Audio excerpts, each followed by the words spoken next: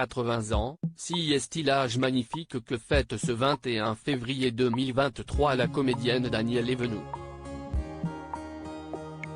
Une vie marquée par son amour pour la comédie, elle qui a incarné l'inoubliable Marie Pervenche, mais aussi pour celui des hommes.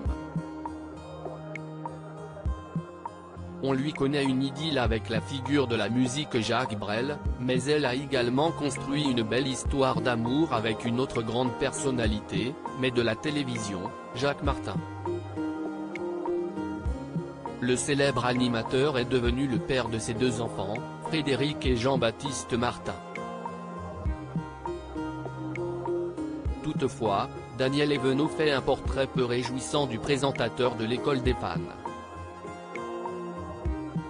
Sur le plateau de TPMP People en 2022, elle avait ainsi raconté l'avoir quitté plusieurs fois, être revenue avant de partir pour de bon parce qu'il avait très grossier, « J'ai quitté un homme que j'aimais ».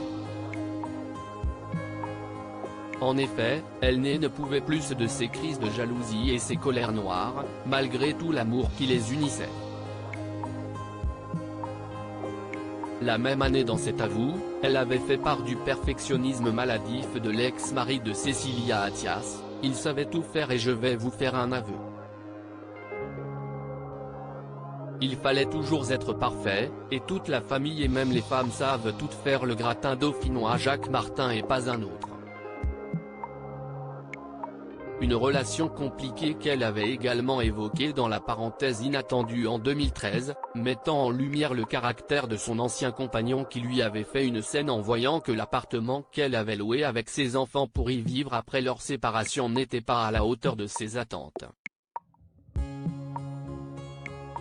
Son fils aîné Frédéric lui avait alors dit, devant son père, « Maman, on a bien fait de partir ».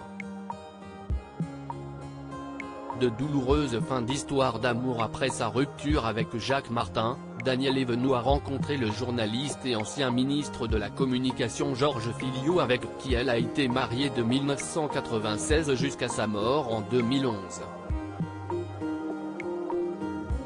3 ans plus tard, celle qui a remporté Top Chef en 2018 a rencontré Jean-Pierre Bazy, dirigeant d'une petite société de montage cinéma, avec qui elle restait jusqu'à son décès, des suites d'un cancer, à l'âge de 59 ans.